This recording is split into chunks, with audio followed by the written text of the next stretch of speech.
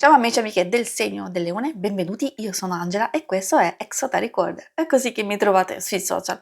Questo è l'oroscopo settimanale dall'11 al 17 maggio. Prima di iniziare vi ricordo che è una stesa generica, prendete solo ciò che vi risuona, se volete potete integrarla col vostro ascendente per avere qualche indicazione in più. In descrizione trovate le recensioni dei mazzi usati, i link per acquistarli e i link alle playlist per conoscere il significato delle carte della Sibilla Lenormand e della Sibilla italiana.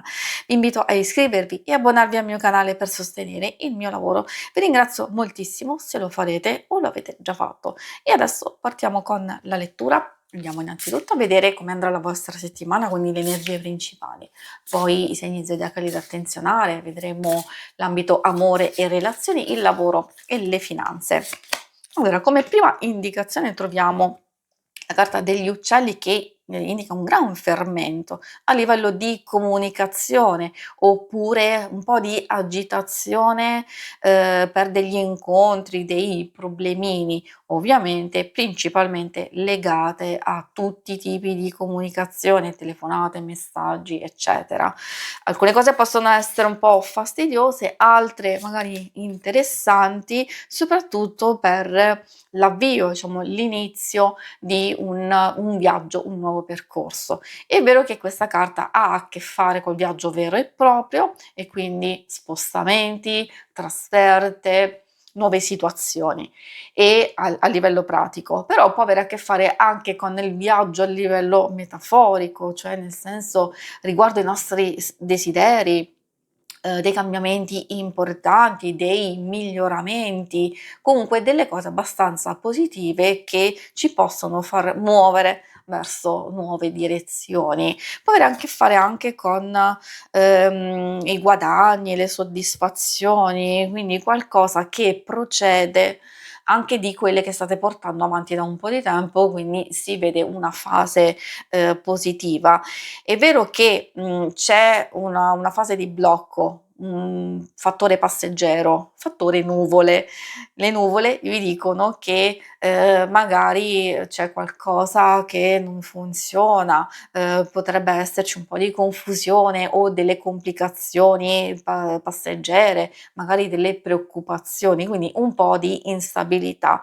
Comunque queste vi stanno dicendo che nonostante ci siano delle divergenze, delle preoccupazioni o delle cose comunque che sono passeggere, voi dovete continuare a procedere in una certa situazione. I segni zodiacali da attenzionare sono principalmente quelli di acqua, Cancro, Scorpione e Pesci. Troviamo anche un po' quelli di Aria, Gemelli, Bilancia e Acquario. E adesso procediamo con l'ambito amore e relazioni. Coppia, single, è ovvio che chi non è interessato o chi vuole anche conoscere, sapere un qualcosa che riguarda la famiglia, relazioni di amicizia, potete ascoltare. Ovviamente dovete adattare un po' quello che andrò a dire. Troviamo l'anemone, il croco.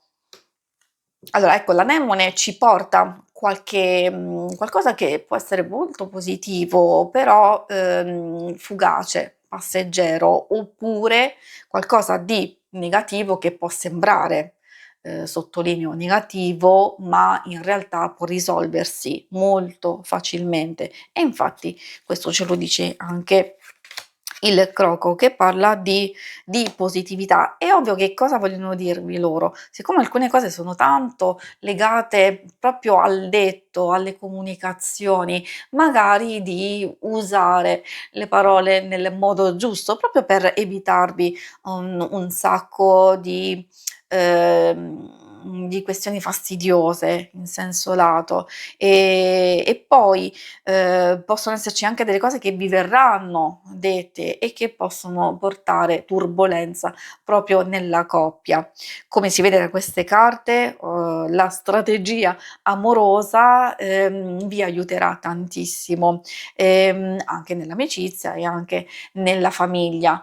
Per i single, che cosa vogliono dirvi? Che magari la strategia può riferirsi soprattutto a quelli che stanno conoscendo, frequentando una persona, oppure in una fase iniziale di amicizia che può essere interessante per sviluppi futuri. E vi dicono di giocare un po' sul farsi sentire oppure lasciarsi desiderare, cercare di vedere e valutare anche in base a quello che state vivendo. Si vedono comunque delle carte abbastanza, positive, però si deve procedere pian pianino, e adottare, sottolineo, un po' di strategia. Adesso procediamo con la parte più pratica del lavoro e delle finanze. Stavo sbagliando mazzo, scusate. Ci serve la sibilla italiana per scoprire che cosa accadrà nella vostra settimana. Ci sono delle cose effettivamente che possono riferirsi un po' a quello che stavamo dicendo prima, sin dall'inizio, a delle nuvolette, però passeggere.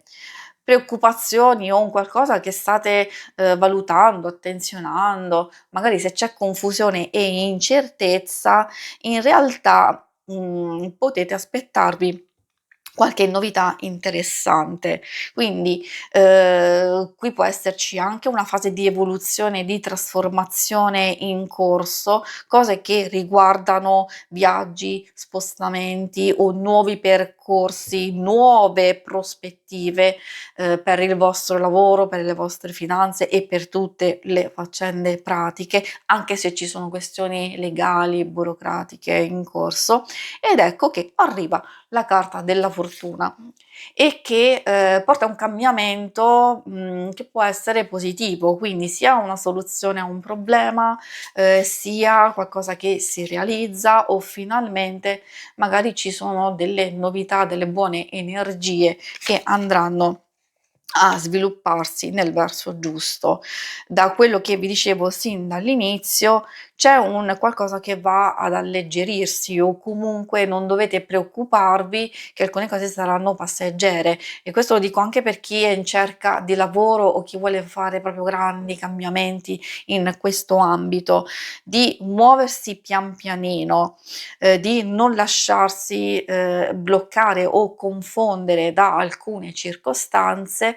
Dovete assolutamente sapere che potete risolverle facilmente o comunque arriverà quell'occasione giusta che, sarà, molto, positiva e determinante. E come dicevo, per chi è alla ricerca probabilmente avete bisogno di staccare un po' la spina, di chiarirvi un po' le idee proprio per capire, come portare avanti alcune cose, anche cose che riguardano la vostra stessa, ricerca. Si conclude qui la lettura, vi ringrazio per avermi seguita. Se volete in alto a destra trovate il logo per iscrivervi al canale, mentre in basso trovate le schermate per vedere il vostro oroscopo mensile e il lunare quindicinale. Alla prossima, vi auguro una buona settimana. Ciao!